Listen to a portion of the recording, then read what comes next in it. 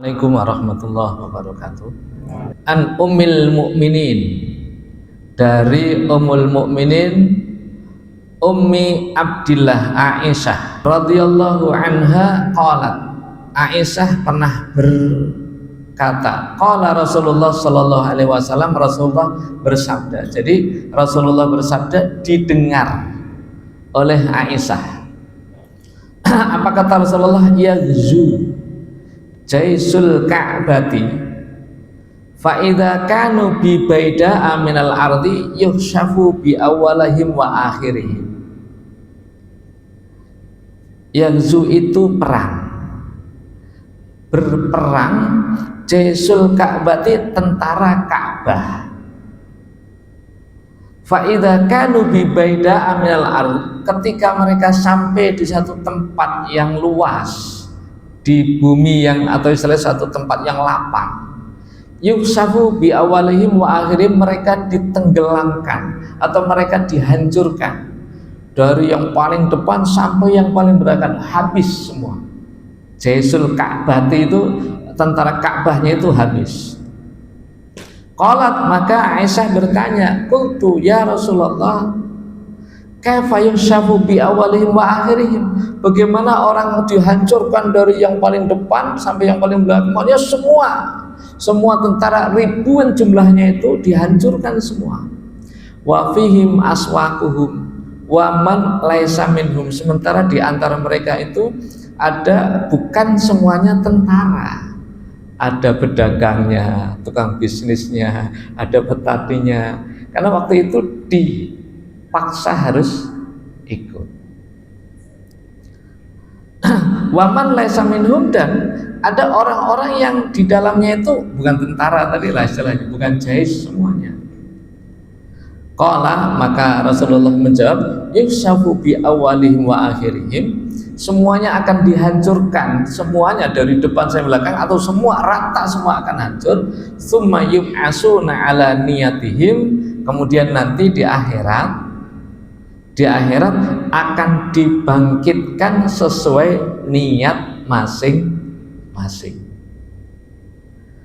Para bapak, ikhwan dan ibu rahimahullah, ini hadis muttafaqun alaih, Bukhari Muslim. Jadi yang dimaksud dengan Jaisul Ka'bah itu adalah tentara Abraha.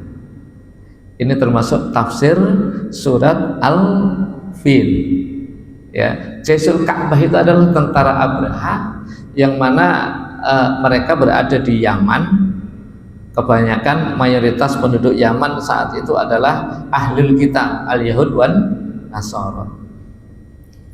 Mereka iri, kok di Arab itu ada Ka'bah, yang Ka'bah itu sentral orang ke situ. Ya, walaupun belum diutusnya Nabi Muhammad belum diutus, Ka'bah itu memang orang tawaf gitu, semua beribu, setiap hari ada orang tawaf. Sebelum diutusnya Nabi Muhammad, cuman tawafnya mereka itu telanjang, nggak pakai baju. Nah, makanya sekarang, ya kan, sekarang orang-orang yang haji dan orang-orang umroh itu disuruh tutup tetap, ya.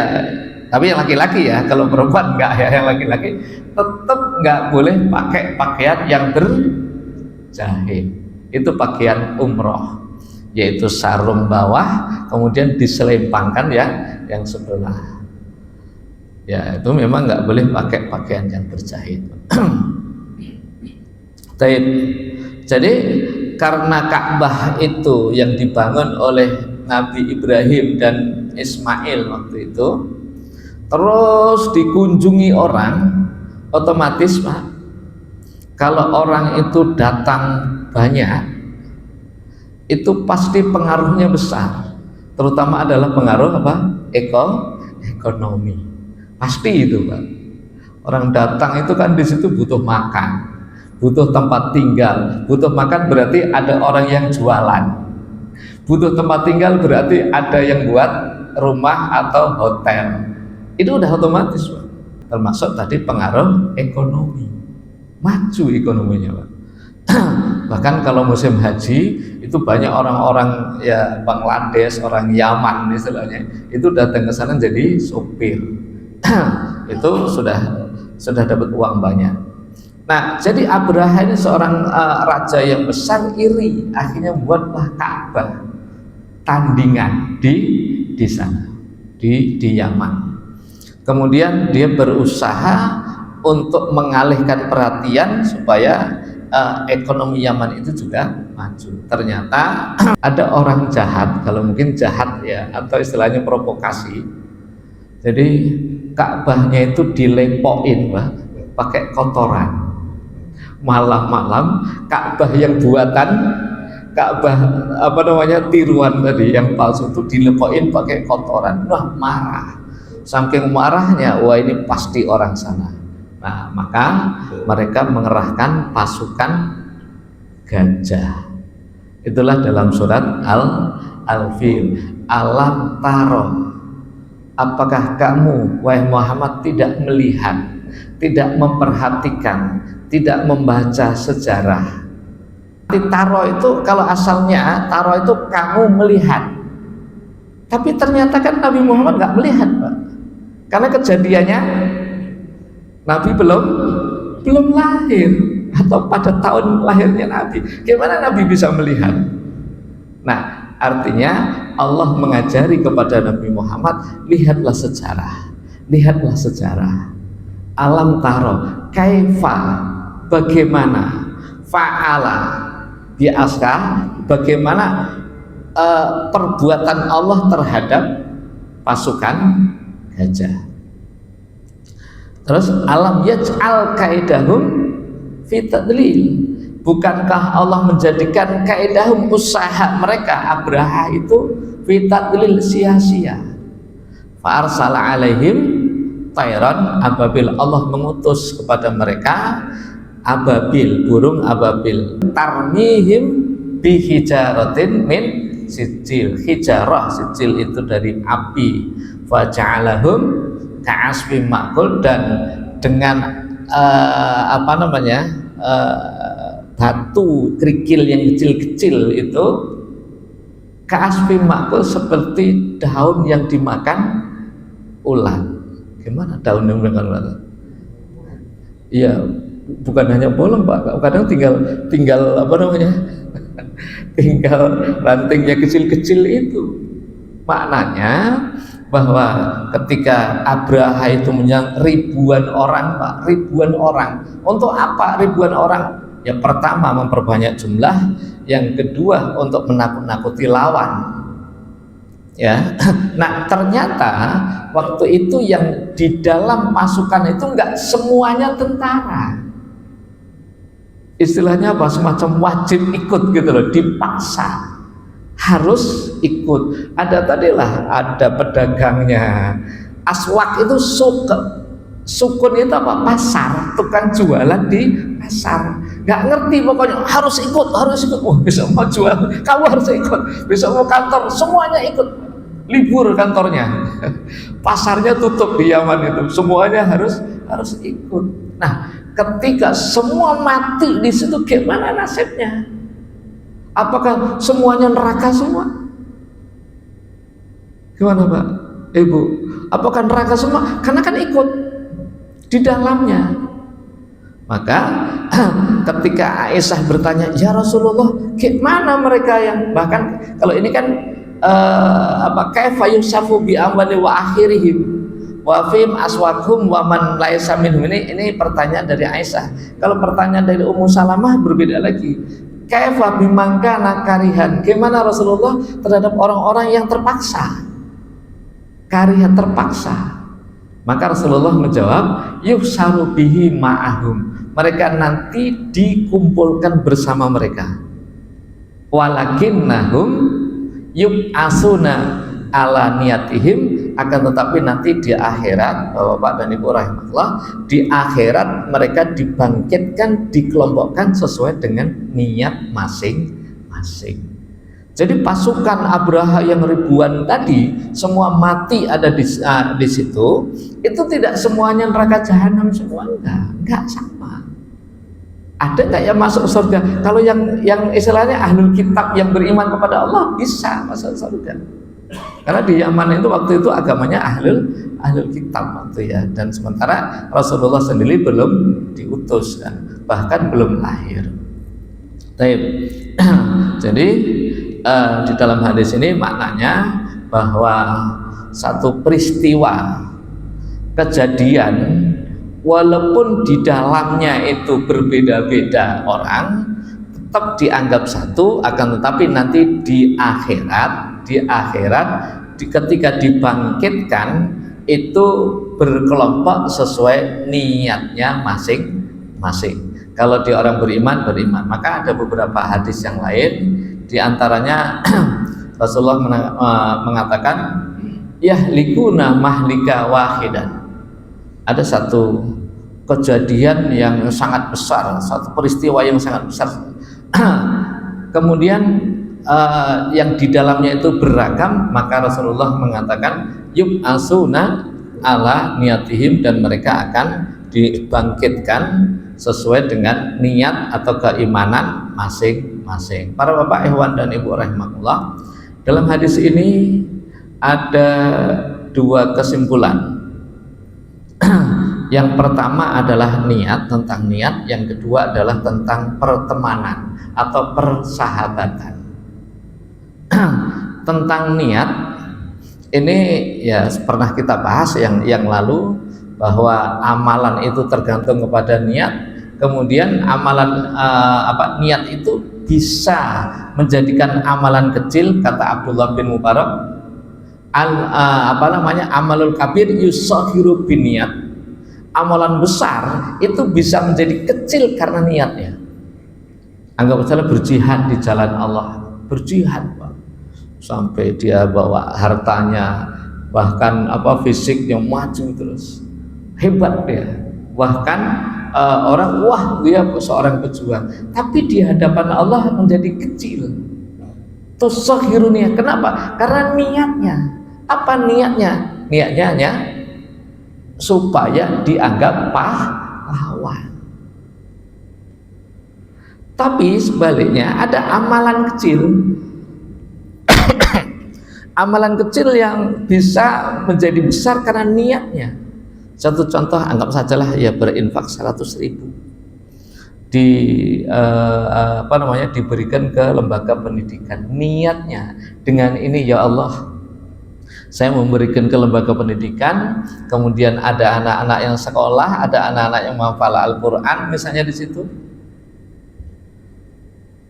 Nah, dengan niat ikhlas, maka selama anak-anak membaca Al-Quran, menghafal Al-Quran, kemudian nanti tamat dari situ menjadi imam di mana-mana, banyak orang, masya Allah, alumni, anggap salah misalnya pesantren gitu ya, alumni situ menyebar di mana, menjadi dakwah, menjadi imam, menjadi khatib, maka walaupun 100.000 itu pahalanya sangat besar karena dititipkan di tempat yang tepat dan dengan niat yang ikhlas. Walaupun kecil, kalau 100.000, kalau 50.000 ya sama aja. Nah, kalau tentang infak, bagaimana infak itu bagusnya sembunyi-sembunyi atau terang-terangan? Mana bagusnya, Pak? Dua-duanya bagus. Ya kan? Dua-duanya bagus. Allah yang bilang, "In tubdus shadaqat fa ni'mah hiya." Kalau kamu menampakkan sedekah kamu, fa ni'mah, itu bagus. Fa ni'mah hiya, itu sangat bagus. Kamu menampakkan sedekah, anggap saja si fulan sekian misalnya gitu loh ya, 100.000, 500.000, itu bagus. Kenapa? Ya, satu contoh, ketika Rasulullah pernah ingin mengumpulkan uang untuk biaya perang, Rasulullah mengatakan barang siapa yang infak sekian akan mendapat sekian. Waktu itu ada orang miskin, dia duluan, bukan dinar, dirham. Ya Rasulullah, inilah yang saya punya. Dia duluan. Padahal di situ ada Abu Bakar, ada Abdurrahman ada orang-orang kaya, tapi orang miskin ini duluan, tapi sedikit, 1 dirham. Nah setelah itu yang kaya-kaya malu, maaf ya kalau di sini itu tukang beca aja infak kok, masa saya yang misalnya gitu, gitu ya. Itu Pak tukang sayur aja berinfak untuk masjid, masa saya enggak. Nah akhirnya Pak termotivasi, ya kan? Nah maka Rasulullah waktu itu mengatakan dirhamun wahid yaglibuhud dananir, satu dirham ini bisa mengalahkan dinar-dinar yang banyak. Kenapa Pak? Karena dia duluan, dengan dia memberikan motivasi. Dia satu dirham dia itu mungkin sekian persen dari hartanya, sementara sekian dinar orang itu hanya 5 atau 10%. Itulah intub dus sedekat fa ni'mahiyah, itu bagus, tapi kata Allah wa in tufuha wa tu'tuhal fuqara, akan tetapi kalau kamu sembunyi-sembunyi langsung kasih kepada fakir miskin, kasih itu memang lebih baik lagi. Kenapa? Karena kadang-kadang kalau dohir menjaharkan itu rawan apa? Ria, rawan bisa merubah niat ketika mendapatkan sanjungan, ketika mendapatkan pujian. Tapi kalau dengan diam-diam, orang nggak ada yang tahu. Kemudian ada beberapa hadis yang berkaitan dengan niat. Rasulullah Sallallahu Alaihi Wasallam mengatakan mangkana hammuhu, hamun itu niat, hamun itu satu kemauan, keinginan. Mangkana hammuhu minat dunya, barang siapa yang tujuan hidupnya, niat hidupnya itu untuk dunia. Ini ada 3 katanya. Farraqa alaihi amrahu. Ya, kemudian jadi yang pertama farraqa alaihi amruhu, yang kedua waja'ala faqrahu baina ainihi, yang ketiga walam ya'ti minad dunya illa ma kutibalahu, barang siapa yang tujuan hidupnya hanya untuk dunia saja, dari makan, cari duit, kerja untuk makan, tidur. Arab ya 100 berapa? 69 kalau salah. Walaqad dara'na li jahannama katsiran minal jinni wal insi lahum qulubun la yaqiluna biha walahum a'yun la yubsiruna biha walahum adhanun la yasma'una biha ulaika kal an'am balhum adall. Allah menyediakan neraka jahanam untuk manusia dan jin dan manusia. Yang bagaimana? Yang punya 3, hati tapi enggak untuk berpikir, mata tapi tidak untuk melihat yang baik-baik, telinga tidak untuk mendengar yang baik-baik. Ulaika kal an'am, seperti binatang ternak. An'am itu binatang ternak. Jadi berarti binatang itu punya akal. Binatang itu punya akal. Satu contoh, ketika anggap setelah itu sekarang kemarau di sini, burung-burung karena sudah nggak ada air, di sebelah sana ada air, pindah, itu punya akal. Kalau nggak punya akal, dari mana dia bisa pindah ke sana? Ketika misalnya jantan sama betina deket-deketan, padahal itu miliknya, marah aja yang jantan ini, berarti dia punya pikiran, dia punya akal, bahkan bisa berantem. Ini musuh, ini lawan, ini kawan, dan seterusnya. Jadi punya akal. Jadi binatang itu punya akal, punya punya mata, punya telinga, tapi tidak dimanfaatkan dengan baik. Apa kira-kira yang binatang ini? Cari makan, ya kan, kerja, terus habis kerja, punya duit, makan, terus kenyang, tidur, satu lagi apa? Kawin. Udah ini 3 aja nih, ya kan? Kerja, tidur, kawin. Kalau manusia hanya ini yang dikerjakan, berarti binatang. Ini Allah yang bilang, bukan saya, Allah yang bilang. Kata Rasulullah, barang siapa yang kehidupan dunianya itu hidup di dunia ini tujuannya hanya untuk dunia saja, untuk 3 hal itu saja, maka kata Rasulullah apa? Farraqo.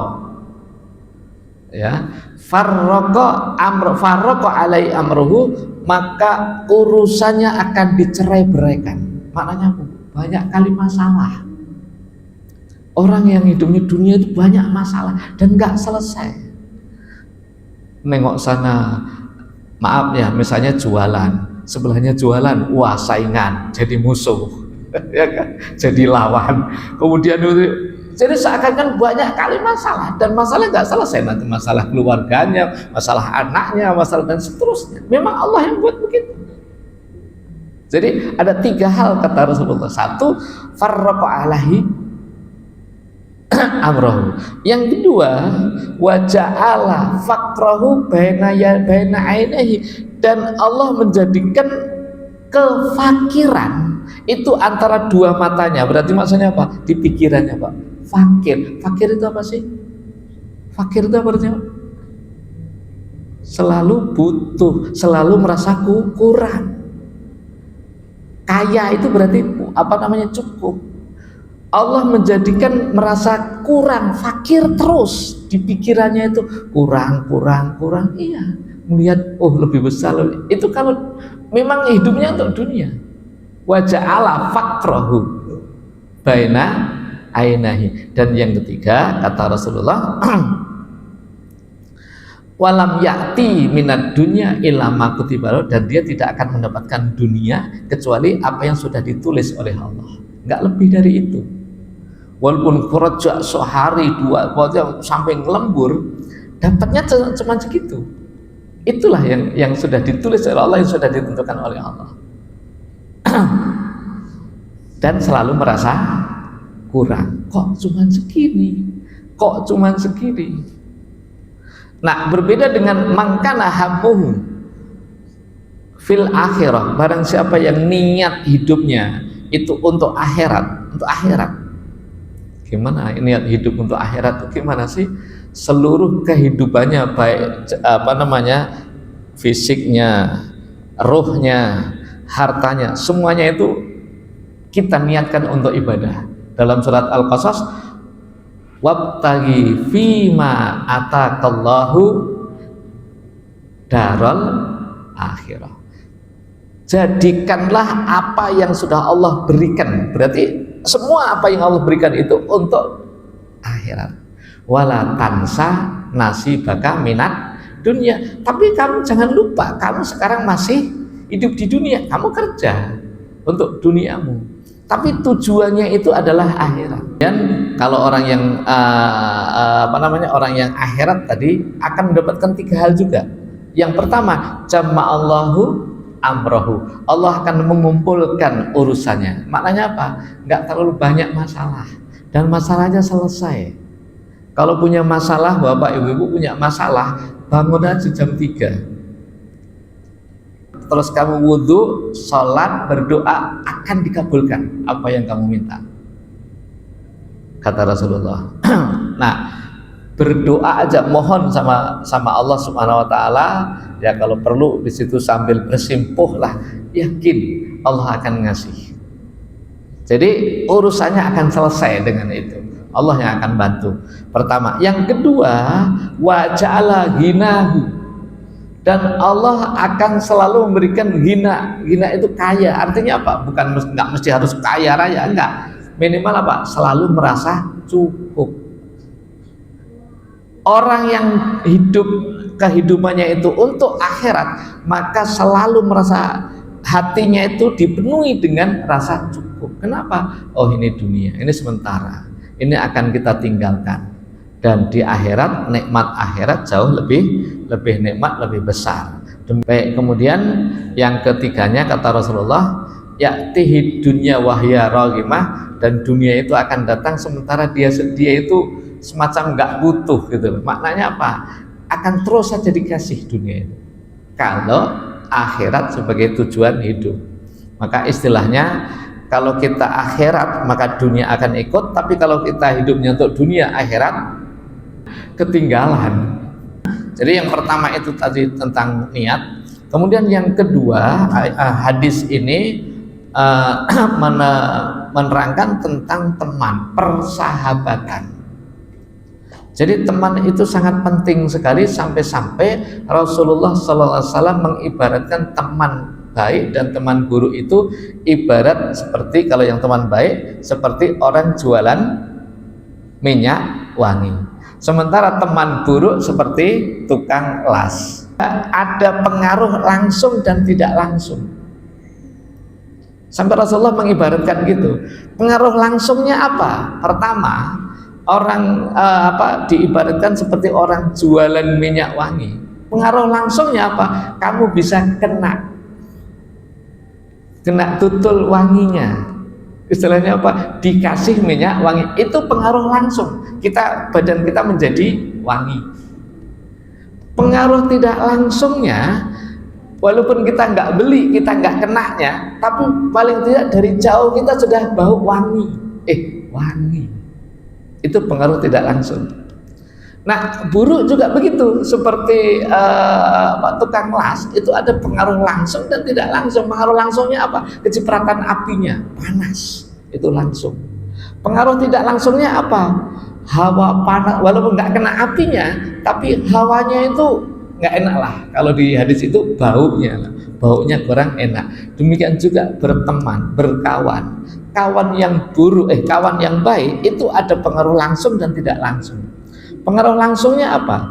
Kalau kawan yang baik itu selalu mengajak untuk kebaikan. Dalam Al-Quran surat At-Taubah, al-mu'minuna wal mu'minatu ba'duhum awliya'u ba'din ya'muruna bil ma'ruf wa yanhauna 'anil munkar. Orang beriman baik laki-laki maupun perempuan, ba'duhum awliya'u ba'din, satu dengan yang lain saling menolong, saling membantu. Ya'muruna bil ma'ruf, selalu menyuruh untuk yang baik, wa yanhauna 'anil munkar, dan melarang yang jelek. Satu contoh, kalau kita misalnya kalau kumpul-kumpul, kalau saya kumpul-kumpul kawan-kawan main bulu tangkis di Bio, itu sering kami dapat undangan ya. Yuk kita makan-makan. Karena yang main itu banyak ustadz, orang-orang banyak yang ke masjid, itu kalau undangan mesti memperhatikan sholat. Undangan jam 12, jam setengah 1 bubar. Yuk sholat. Sudah adhan. Coba kalau orang yang nggak biasa ke masjid lewat, makan terus jam 1 pun nggak ada. Kalau hari Jumat, undangannya kapan? Habis sholat Jumat, yuk di kafe sana misalnya. Ngerti? Kenapa? Karena temannya memang orang-orang sholat, orang-orang ngerti ibadah, orang-orang tahu ke masjid. Coba kalau bahkan rapat di kantor, kalau orang-orang yang ikut rapat itu orang-orang yang sholat, begitu dengar langsung selesai. Minimal ditunda dulu, ayo adzan. Yang sedihnya, dia membahas tentang Islam, namanya Islam, membahas tentang Islam, adzan jalan terus. Rapatnya jalan terus, masjid adzan, masjid sholat, rapatnya jalan terus, gak berhenti sampai jam 3 baru selesai. Ya gimana caranya kan? Membahas Islam tapi dipanggil untuk sholat tidak datang. Kan bisa, yuk kita sholat dulu, ya kan? Nanti balik lagi. Saya dulu pernah, saya kuliah, jadi asar itu dosen masih nerangkan terus. Nanti jam 4 baru, kan asarnya setengah 4, jam 4 baru ke masjid. Begitu adzan saya angkat tangan, Pak izin muter keluar ke masjid. Besok lagi kuliahnya Sabtu Ahad, nanti Ahad asar gitu juga. Akhirnya minggu depan atau bulan depan 2 orang yang izin ikut saya. Akhirnya 2 bulan, 3 bulan, 4 bulan satu saja ikut ke masjid. Iya, malu jadi dia kan.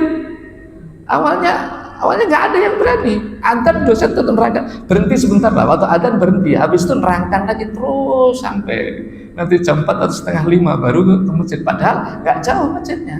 Itu tadi kawan, itu penting, itu kan, berkawan dengan orang baik.